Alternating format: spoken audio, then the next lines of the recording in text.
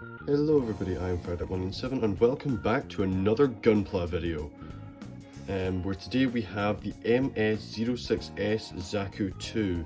In this case we have Char's custom Zaku 2 from the original Mobile Suit Gundam. I'm just going to dive straight on into this mobile suit.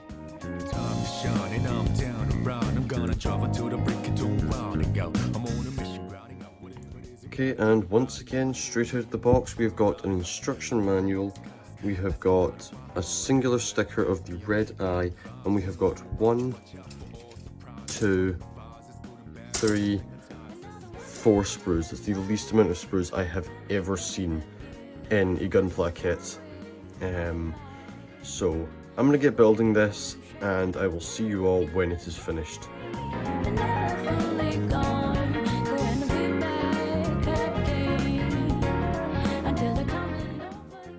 Okay, so here I have the completed mobile suit. As for articulation, it does have the standard range of articulation you would expect. You should be careful with the feet though, because they do have this weird thing how they're connected, where they can pull out like that, which does look a little bit strange. So it's just the way they're connected, they can pull out like that. I'm not the biggest fan of how these feet are connected, but it is what it is. That sticker I showed you earlier was used just here for the eye. I'm not a big fan of this because it's not very clear on where to put it. You just kind of have to guess and just go for it, which can be a bit of a problem. But overall, the model does look very nice. This is definitely one of the nicer looking models I think that I've gotten. It does look very nice from the back. As for accessories, we have got 2 spare trigger finger hands, and we'll go over that in a second. And I've got 2 fist hands. For weapons, we have got a Zaku machine gun and a bazooka for it. Now we do also have a heat hawk, which I will go over in a second as well. There is one nice little detail I want to point out in the legs. I'm going to have to do this one-handed because I'm using one hand to hold my phone. But when you move the legs, these tubes here, they move with them.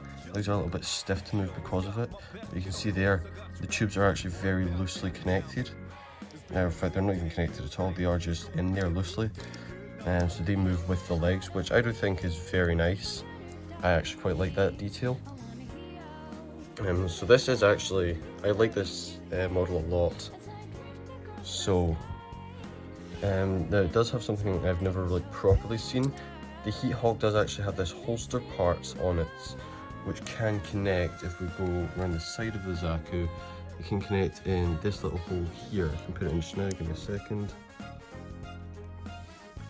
There, it connects like that, and it's actually very sturdily in there. That is very good. So I do think that's very nice. And on top of kind of weapon holsters, on the back, put that in just now. On the back there, sorry about that. On the back there is this little bit where you can kind of pry it out a bit. Give me a second. You want to come out just now? Hang on.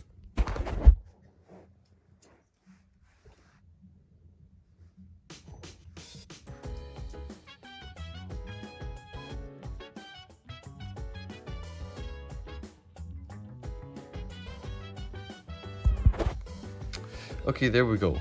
It's out. So there is this little bit where you're supposed to be able to connect the bazooka.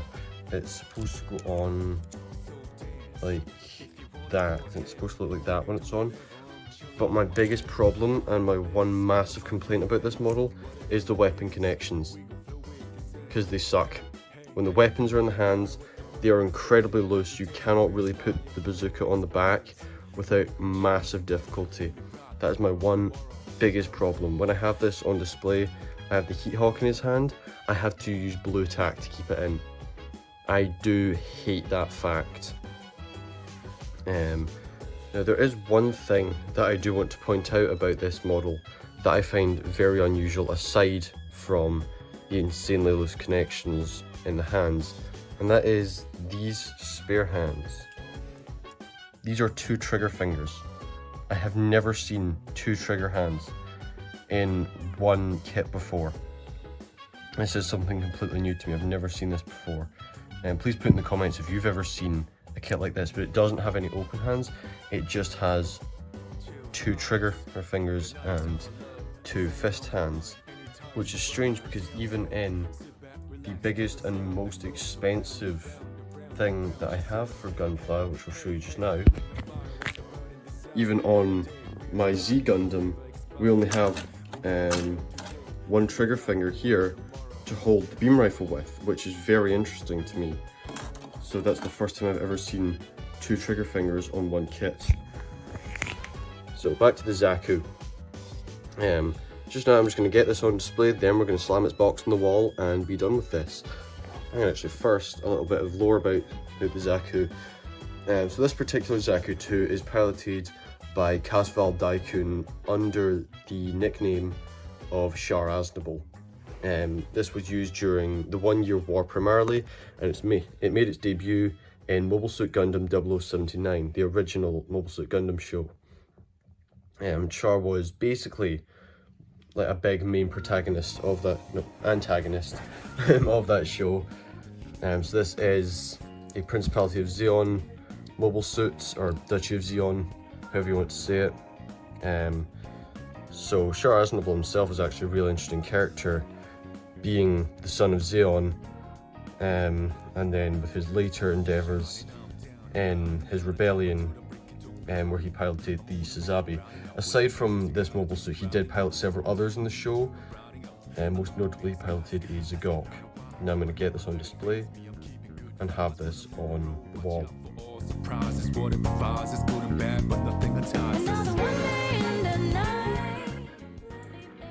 Alright, so I have the Zaku on display, and I have it up with the gun cannon I did last episode. So just a simple battle scene. Like I said, this shelf will eventually, like I said last time, this shelf will eventually be filled out with a display of the mobile suits from White Base, from Mobile Suit Gundam 1. So I do plan on getting 2 regular Zaku 2s to display with Char. And yeah, so that's it. I've got one with the Heat Hawk. Again, that is blue tacked onto his hand, otherwise it would not stay in there very well. I do have, I don't know if you can see, just there I have the holster attached, and I did try to get the bazooka attached, but it did not want to work. So now I'm just going to get the box up on the Gundam wall, which is over here. This is what it looks like just now, and this is the Gundam wall now. I know it's going to annoy some of you that I don't have the Zaku 2 there. I'm saving that spot for the gun tank, so I can have all the white base mobile suits across here. I'm saving that spot there for the normal Zaku 2 as well. It's going to look a bit strange with the GM there. I might replace that with a Zagok or something, and maybe a Rikdom, but yeah. So this is the Gundam wall now. Thank you all for watching, and join me next time, whenever next time is, where I should hopefully be reviewing Gundam Ariel from The Witch from Mercury. And with that, Fireduck out.